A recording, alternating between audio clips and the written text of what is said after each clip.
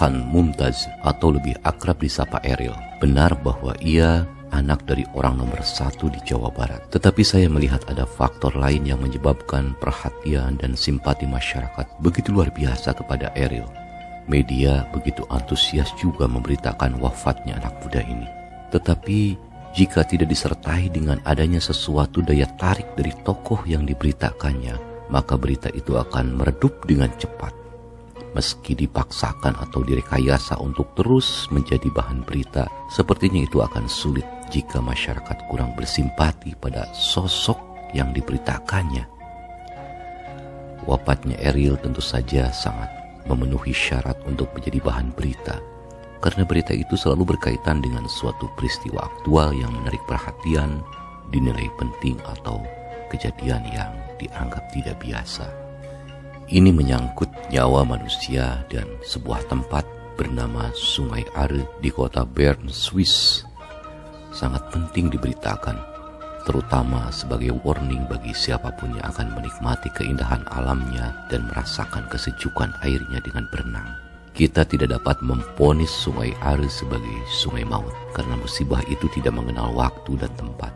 Meski Eril bukan orang yang pertama kali tenggelam hingga meninggal dunia di sungai tersebut, tetapi dibandingkan orang yang selamat tentunya lebih banyak orang yang selamat. Jadi kematian Eril menjadi hal yang tidak biasa. Maka berita ini penting dipublish agar semua orang yang mau berenang di Sungai Are lebih meningkatkan kewaspadaannya. Sama halnya juga ketika beberapa kali ada yang meninggal dunia saat berenang di pantai Pangandaran. Tentunya kita tidak bisa memvonis pantai Pangandaran tersebut merupakan pantai maut.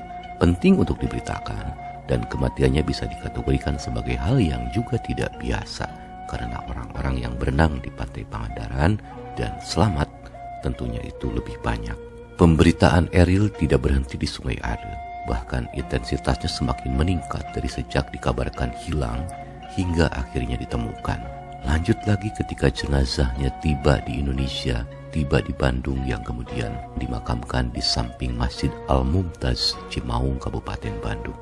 Sungguh mengharukan saat ribuan atau mungkin puluhan ribu orang mengepung gedung Pakuan dan turut mengantar jenazah Eril. Termasuk di jagat media sosial pun tak terbendung, penuh dengan ungkapan doa untuk kepergian Eril. Ini yang saya maksudkan bahwa tidak cukup hanya karena Eril putranya Gubernur Jawa Barat. Ada sesuatu yang menjadi magnet perhatian masyarakat, terlepas dari ia seorang anak pejabat atau bukan anak pejabat. Di dalam teori jurnalistik itu ada yang disebut dengan nilai berita. Kita ambil misalnya pada aspek prominence atau ketenaran atau keterkenalannya. Tentu Eril dikaitkan dengan ayahnya Muhammad Ridwan Kamil yang memang populer sebagai Gubernur Jawa Barat. Namun, Eril sebagai anaknya Gubernur Jabar itu baru diketahui oleh publik ketika terjadi peristiwa kecelakaan di Sungai Are. Berdasarkan berbagai sumber dari media atau obrolan di warung kopi, Eril itu dalam kesehariannya tidak pernah berusaha menampakkan diri bahwa ia anak seorang gubernur. Ini sumbernya A1. Para jurnalis dan netizen pun sudah menelusuri akun medsos Eril yang hasilnya Eril bersih dari postingan semacam flexing untuk menunjukkan bahwa ia anak orang nomor 1 di Jawa Barat. Bahkan Eril cenderung menyembunyikannya. Jujur saja, saya pun sebelumnya tidak mengenal Eril. Adapun yang mendorong saya untuk membuat konten ini adalah orang-orang di sekitar saya yang menceritakan sosok Eril semasa hidupnya.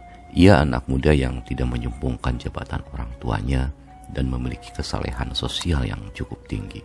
Misalnya, Eril sering keluar pada malam hari membagikan uang, membagikan makanan kepada orang-orang yang membutuhkan dengan menyembunyikan identitasnya.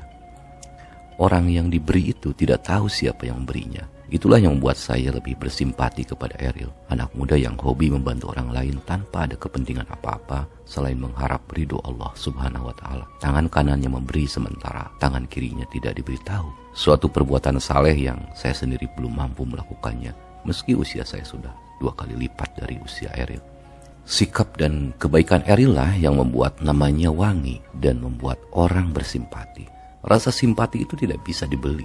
Ia hadir memasuki nurani dengan sendirinya, sulit untuk direkayasa. Seperti juga ketika saya bersimpati atas kematian Nike Ardila yang tidak biasa juga. Kecelakaan saat berkendara di Bandung pada 19 Maret 1995. Saat itu ada yang menyebarkan berita negatif tentang kematian Nike Ardilla, tapi saya tidak mempedulikan itu. Fokus saya lebih pada sosok artis 19 tahun itu yang bukan saja karyanya yang hebat, melainkan sifat kedermawanannya, kepedulian dan kebaikannya kepada orang lain yang tidak banyak orang tahu. Kasih sayangnya pada orang-orang disabilitas hingga mewujudkan sebuah sekolah luar biasa. Suatu perbuatan mulia yang juga saya belum mampu melakukannya. Maka nilai berita tentang Eril sepertinya lebih pada aspek human interest. Berita yang memiliki nilai kemanusiaan, mengharukan, membanggakan, atau hal-hal yang mampu membangkitkan rasa kemanusiaan. Inna lillahi wa inna ilaihi raji'un.